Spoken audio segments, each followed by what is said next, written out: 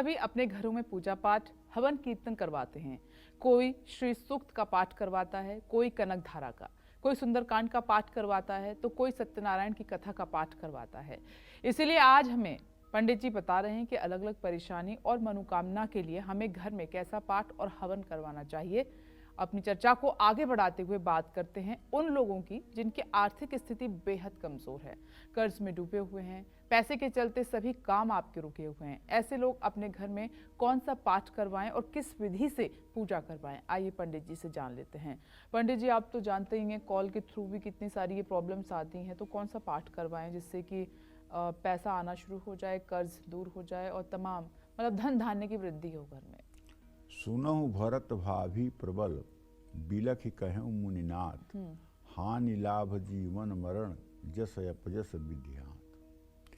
देखो विपनेश, जिस पुरुष या महिला ने पूर्व जन्म में नवरात्र का व्रत नहीं किया है, कन्या पूजन नहीं किया है, जिसने कन्याओं का आदर नहीं किया है, जिसने भगवती महालक्ष्मी की आराधना नहीं की है, जिसने दुर्गा की आराधना नहीं की है, जिसने कन्याओं को सम्मान दे करके उन्हें भोजन नहीं पवाया है, वो इस जन्म में दरिद्र होकर पैदा होते हैं। और इस जन्म में जो पूजन करके भी पाप कर रहे हैं उनका क्या? और जो पूजन करके पाप कर रहे हैं उनकी हालत ये है कि जैसे चलनी में गैया दूहें दोष दयु के दें। चलनी में गैया दूहेंगे तो सारा दूध जमीन पे जाएगा, चलनी में एक बूंद दूध नहीं टिकेगा। पाप आप करिए और उसकी सज़ा एक दिन ऐसी मिलेगी कि जिसे आप किसी से बता भी नहीं पाएंगे। इसलिए किसी को दिखाने के लिए नहीं, बल्कि प्रभु को साक्षी मान करके अपने खान पान, आहार विहार और चाल चरित्र को ठीक रखना चाहिए। जी देखिए, पूर्व जन्म के प्रारब्ध के कारण आप कुछ बुरा कार्य करके भी कुछ दिन सुखी रह सकते हैं। जैसे कंस कुछ दिनों तक सुखी रहा, रावण कुछ दिनों तक सुखी रहा, लेकिन अंत उनका क्या हुआ ये आप सोच सकते हैं। अगर आप भगवान को समर्पित करके अपने आप को और कर्म करते हैं तो निश्चित रूप से भगवान का हाथ इतना लंबा है कि वो क्षीर सागर से भी अपना हाथ आप तक पहुंचा सकते हैं।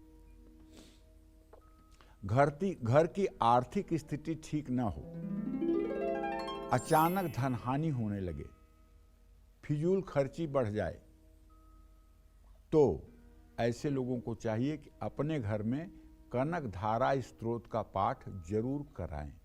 अगर आपके घर में कोई 11 वर्ष के नीचे उम्र की कन्या है या 12 वर्ष के नीचे उम्र की कन्या है, उससे आप कनक धारा का पाठ अगर करवाना शुरू कर दें और सुबह शाम वो एक एक पाठ कनक धारा का रोज कर दे और महालक्ष्मी के सामने घी का दिया जला दे, मैं गारंटी के साथ कहता हूं, यदि ब्रह्मा ने भी आपके किस्मत में दरिद्र लिखा होगा तो भी 6 महीने में वो ब्रह्मा का लेख मिट जाएगा और आपकी दरिद्रता समृद्धि में बदल जाएगी, बशर्ते 12 वर्ष के नीचे की कन्या सुबह शाम कनक धारा स्त्रोत का घर में बैठ करके पाठ करे और उस कन्या का सम्मान घर के सभी लोग करें।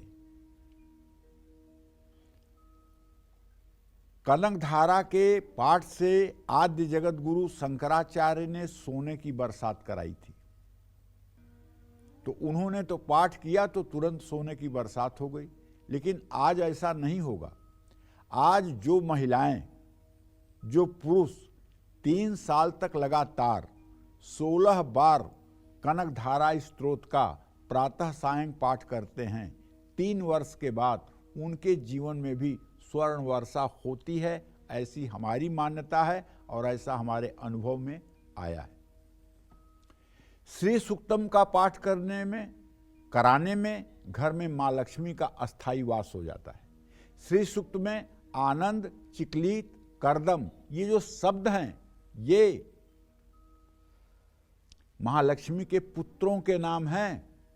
इन नामों का जिन घरों में उच्चारण होता है वहां दरिद्र दहन हो जाता है, वहां दरिद्र जल करके नष्ट हो जाता है।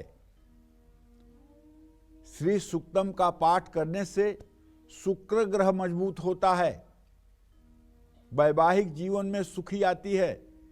जिन लोगों का शुक्र अस्त है, जिन महिलाओं के अंडे छोटे बनते हैं, गर्भधारण करने में परेशानी हो रही है, उन्हें दक्षिणावर्ती शंख में गाय का दूध भरकर और श्री सूक्तम का पाठ करके और उस कच्चे गाय के दूध को शंख की पूंछ से पीने पर रोग भी दूर होता है, संतान प्राप्ति भी होती है और घर में धन धान्य की कभी कमी नहीं होती है। श्री सूक्त और कनक धारा स्तोत्र का पाठ जिस घर में नियमित होता है और उस घर में जिस घर में कनक धारा और श्री सूक्त का पाठ होगा, उस घर में कभी मांसाहार नहीं होना चाहिए। अगर मांसाहार बन रहा है, मांसाहार लोग कर रहे हैं, तो कनक धारा और श्री सूक्त का कोई मतलब नहीं है, क्योंकि ये वैष्णव मंत्र हैं और ये वैष्णव मंत्र तामसी भोजन करने के बाद या तामसी खान पान करने के बाद निष्क्रिय हो जाते हैं। तो घर के लोगों का आहार विहार सात्विक होना चाहिए, राधा कृष्ण की पूजा होनी चाहिए, सीताराम की पूजा होनी चाहिए और लोगों को विवेक युक्त जीवन जीना चाहिए। तब ये श्री सूक्त और कनक धारा। अब आप समझो ना, इतना बड़ा मैंने भक्ति का एक पेड़ लगा दिया और 5 साल की माया की बकरी वहां पहुंच गई, तो वो तो पेड़ को खा जाएगी। माया की बकरी जो है वो भक्ति के पेड़ को तो खा जाएगी। वो क्यों भक्ति को उगने देगी? भक्ति अगर उग गई तो बकरी क्या करेगी? माया की बकरी क्या करेगी? माया का क्या होगा? तो इसलिए हमें जब भक्ति का पेड़ छोटा हो तो उसकी चारों तरफ से अपने विवेक के द्वारा रक्षा करनी चाहिए, क्योंकि ये माया की बकरी भी भगवान की पार्षद है। होता नहीं है, जैसे कोई बच्चा खूब रो रहा हो तो उसकी मम्मी क्या करती है, उसको ले जाकर के पहले खिलौने दे देती है। अगर वो खिलौने से चुप नहीं होता है, खिलौने को फेंक देता है और रोना चालू रखता है, तो घर के किसी दूसरे सदस्य को कहती है कि मम्मी जरा तुम बेटे को उठा लो, भैया तुम उठा लो, पति तुम उठा लो। तो वो लोग अगर उठा लेते हैं और तब भी बच्चा मम्मी मम्मी करता हुआ लोगों को नोचता रहता है, तो मम्मी सारा काम छोड़ के बच्चे को गोद में उठाती है। उसी तरह से जब हम भगवान के लिए व्याकुल होते हैं तो भगवान पहले हमें धन दे देते हैं, गाड़ी मोटर दे देते हैं, घर मकान दे देते हैं, बेटा बेटी दे देते हैं, खेलो बेटा इसी में। लेकिन अगर इन सब चीज़ों में भी हमारी रुचि नहीं है, तब भी हम पैर पटक रहेंगे, नहीं मुझे आप चाहिए, तो इसके बाद आपको वो रिद्धि सिद्धि भी दे देते हैं कि ले लो, अब तुम्हारे कहने से चमत्कार हो जाएगा, तुम जो कहोगे वही सच हो जाएगा।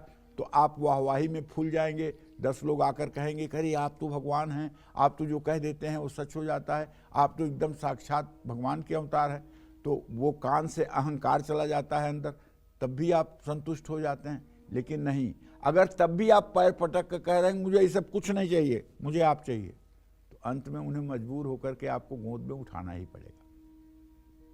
अगर आप इन आश्वासों, इन लालचों में नहीं आते हैं और आपकी अगर जिद है कि नहीं मुझे तो आप चाहिए, आपसे कम कुछ नहीं चाहिए, पूरे त्रिलोक की लक्ष्मी नहीं चाहिए, मुझे आप चाहिए। अब जब तक ये भाव नहीं आएगा तब तक वो नहीं आएंगे, जब जिस दिन ये भाव आएगा उस दिन वो आएंगे। तो बस इतनी सी बात है। इसलिए अपना खान पान, रहन सहन, आचार विचार देखिए, भगवान का कैमरा सबके ऊपर लगा हुआ है। आप ये मत सोचिए कि मैं कुछ ऐसा करता हूं जिसे दुनिया नहीं जानती है। दुनिया जाने ना जाने फर्क क्या पड़ता है, जिसको जानना न जानना है वो सब कुछ जानता है। जय मां विंध्यवासिनी।